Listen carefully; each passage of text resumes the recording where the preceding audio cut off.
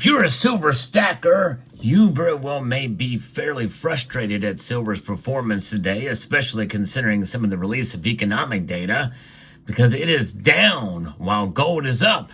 What's going on? Is it glitching out? Well, the answer to that question is no. We'll explain what happened in the silver market today, along with gold, as we explore.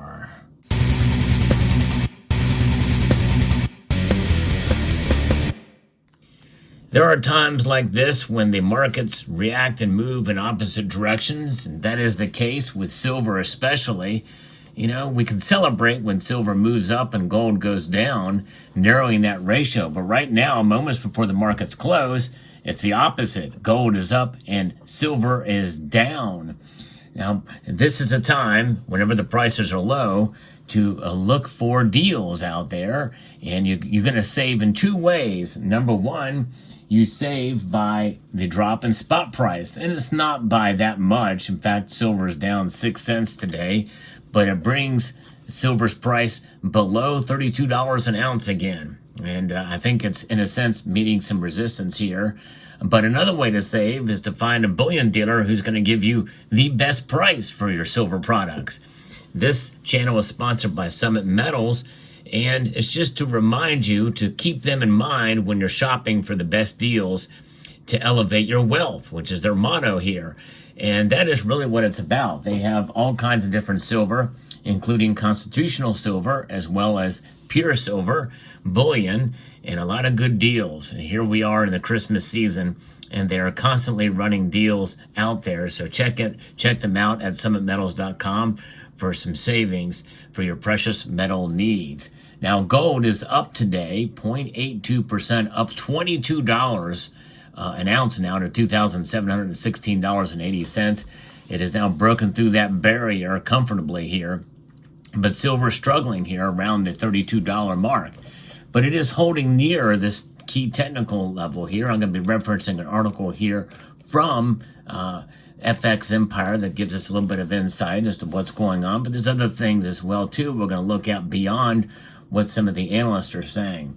Silver prices are lower following the release of the U.S. Consumer Inflation Report. The market is currently straddling its 50-day moving average, and which is a technical level that could determine its near-term direction. That technical direction is $31.72, still above that.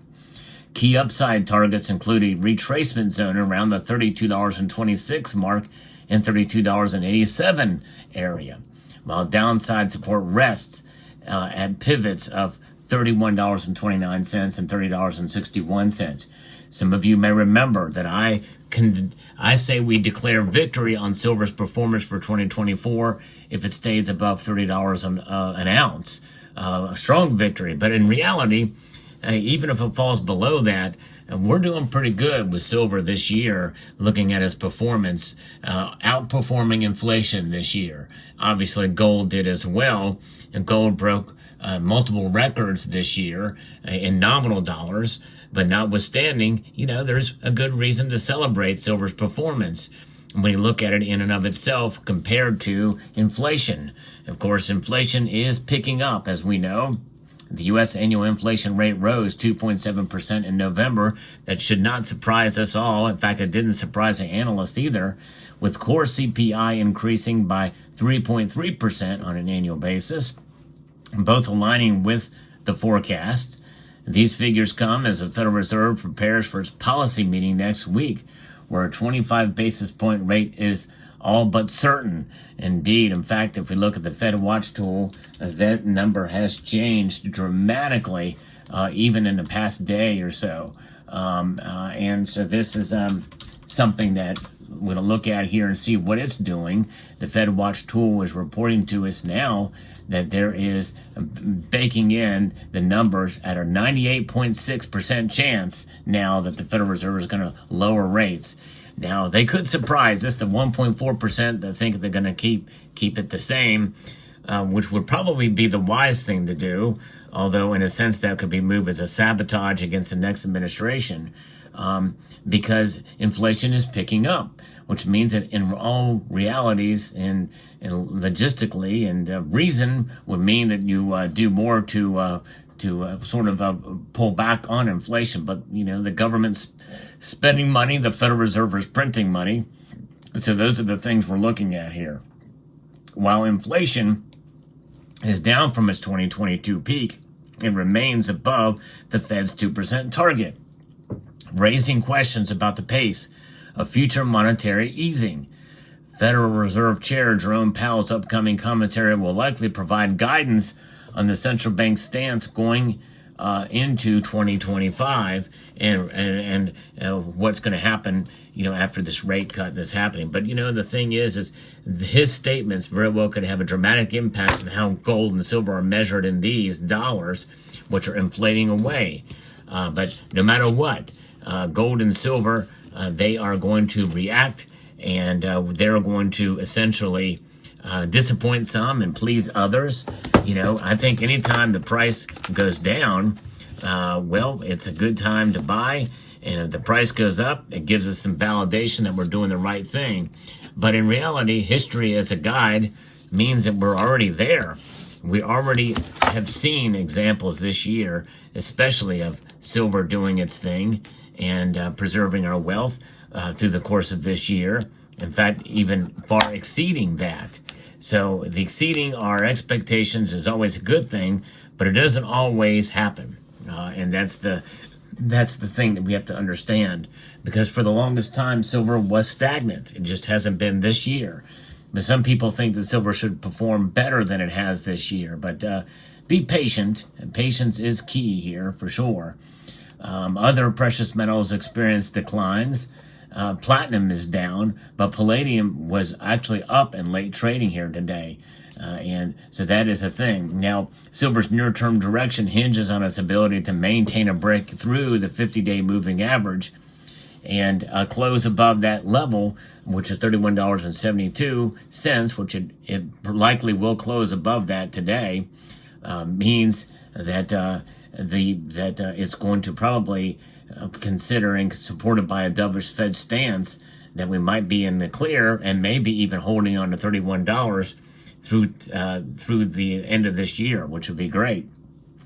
Failure to hold above that could trigger a decline to lower pivots of 31.29 and 30.61, and that's going to be dependent on what the Fed signals, if it's going to be talking about a slower pace of rate cuts into next year. We'll get some information from Jerome Powell's speech and what he says, and that could essentially have the metals fall fairly dramatically when he gives that speech in a couple of days. We'll see. We could see it blow right past through there. Like I said, be prepared for falling gold and silver prices, especially silver prices. Gold, I think, will hold on no matter what. But if he's indicating that the era of rate cuts is as near its end, and then we very well could see silver's price fall even more. We're talking below $30 an ounce. Be prepared for that. There's a lot more that's propping up gold that's outside of what the Fed does than not. So that's another thing we have to consider here. But gold is certainly a metal that is expressing itself today into the positive direction, not by a lot, but it is enough. It's noticeable, bringing it well above that $2,700 range, which is a psychological number in and of itself. We are now in the range of an all-time highs yet again. If it were to break through to $2,800 before the end of the year, that would be pretty amazing to see it break a record yet again, I think for the third or fourth time. So we'll see how that plays out.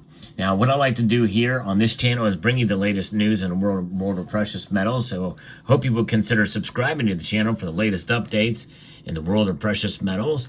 And subscribe to the channel and also press that thumbs up button. It does help the algorithm. I'm trying to grow the channel here.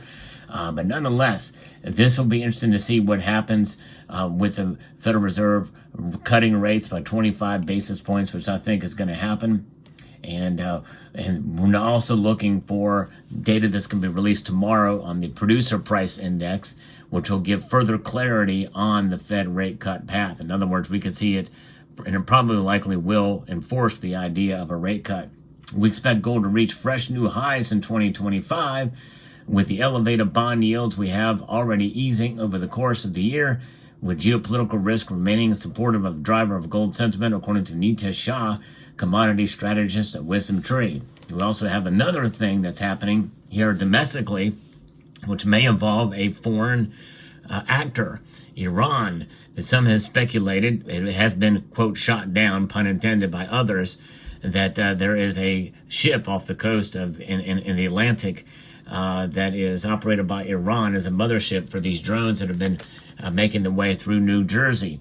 Now, I don't think that's happening, but again, it's tough to say. I would think that would be something that would be very difficult to keep quiet, but you never know about this very this administration is not very transparent about what's going on. We found out about these balloons, the Chinese balloon that was ignored for so long until we found out it indeed was a Chinese spy balloon. So it could be a foreign actor, maybe Iran, China, who knows, doing this. But these drones are about the size of an SUV.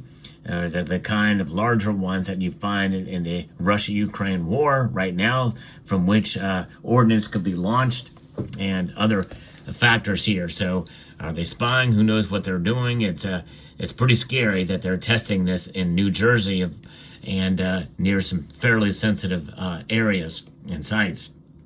So fascinating indeed, but that is something we're going to have to keep on our radar too, because that could bolster a case maybe for precious metals continuing to rise.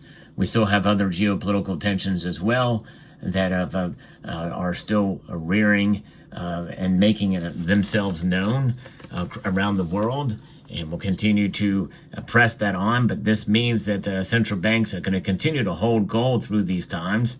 They don't hold silver, so silver tends to suffer when gold may not, and I think that's what we're seeing today. So it's not a glitch.